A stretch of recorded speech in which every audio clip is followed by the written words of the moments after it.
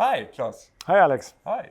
So, this morning, Axfood released its interim report for the second quarter, 2024. Yeah. So, correct. with that, as always, and thank you for joining me here today, how would you summarize the quarterly development? Well, if we should summarize it, I think first of all, we continue to grow more than the market. Both Willys and Hemköp is performing well. It's a different market climate right now with significantly lower inflation rates, and we are still outperforming the market despite exceptionally high comp figures. So I'm pleased with that.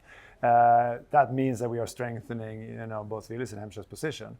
We also seen in the report that we have a weaker quarter for Dagab, which is correlating to softer sales, but also cost associated with the transformation we're right now up in terms of changing our logistical structure. So it's some clear cost related to that. We have some disruptions that has had an effect, but also we are somewhat delayed with a couple of months with the transformation. So that is kind of the overall performance in the quarter. In addition, we have announced the acquisition of City Gross, which we are excited about. We plan to strengthen City Gross, and we plan to increase competitiveness in part of the hypermarket segment. So it's exciting for the future. So, obviously, as you say, this quarter was meeting very high comps, exceptionally high comps, if you look at the retail sales growth for the different chains. Yeah. So that's a strong performance to continue to grow faster than the overall market. Yeah. Can you take us through the various segments? Looking at Willys, who is showing 2.6% growth versus the market 2.2%, I think it's exceptionally strong compared that Willys had over 20% growth last year compared to the market around 11%. So of course that they are meeting extremely high comps in the market, probably the highest comps in the market. And despite that, they are outperforming and they are having more customers and a high customer inflow and they're keeping the customers in the market. So that's very positive. Hemköp is on a journey. We've seen that the last years, I would say, where they are continuing to strengthen, they are modernizing their stores, they are working with their assortment, they're working with price value, and that is paying off. So Hemköp is really a nice performance also in this quarter.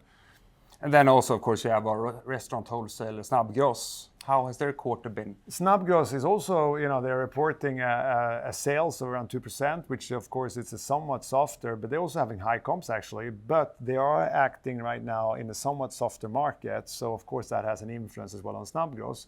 But Snabbgross continue to work towards their customers as well as we see Snabbgross Club. The consumers there continue to increase. So solid in Snabbgross.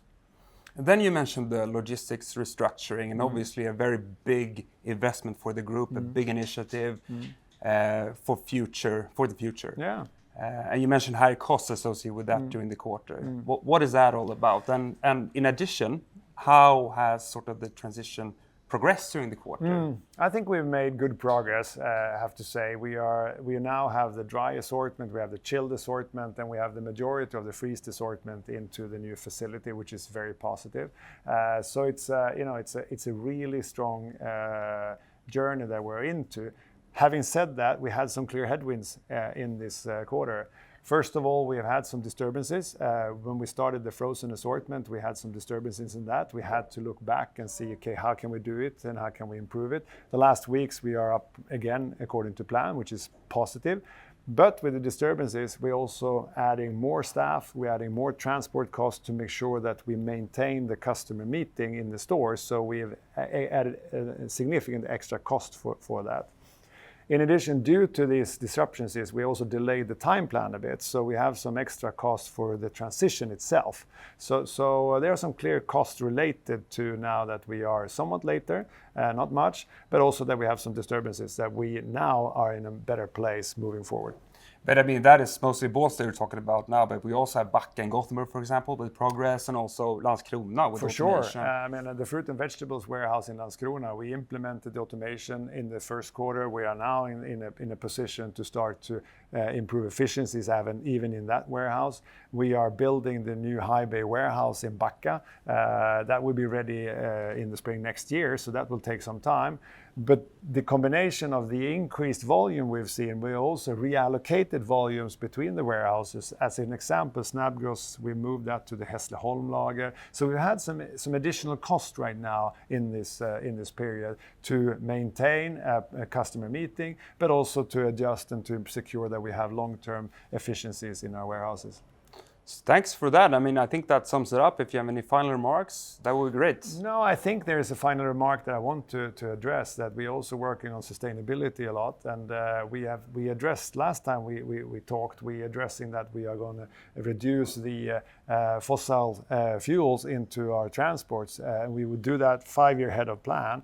In this quarter, we are continuing to see that is on our own transport is really making progress. And actually, since 2021, we have almost half the CO2 impact on our own transport. So there are more places, there are more areas that we're working on right now to also to take that leading role in good and sustainable and price valued food. So I mean, obviously a lot going on in the group in many different parts and areas. But I mean, this is your last interim report as CEO of Axfood. Yeah. So can I please ask, how does that feel?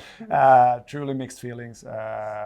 It's a fantastic company. We have fantastic co-workers with a lot of competence, and they are really driving our agenda moving forward. So of course, and it's been a great journey. So of course, it's mixed feelings. But I'm also so pleased with the board of directors who have announced my successor, Simon Margulis, who has done a great job in not only in Hemköp recently, but also in Dagab. And I am confident, and it feels really good to leave over to Simon to take the next chapter in Axfood. That's good, Klas. Thank you so much. Thanks a lot.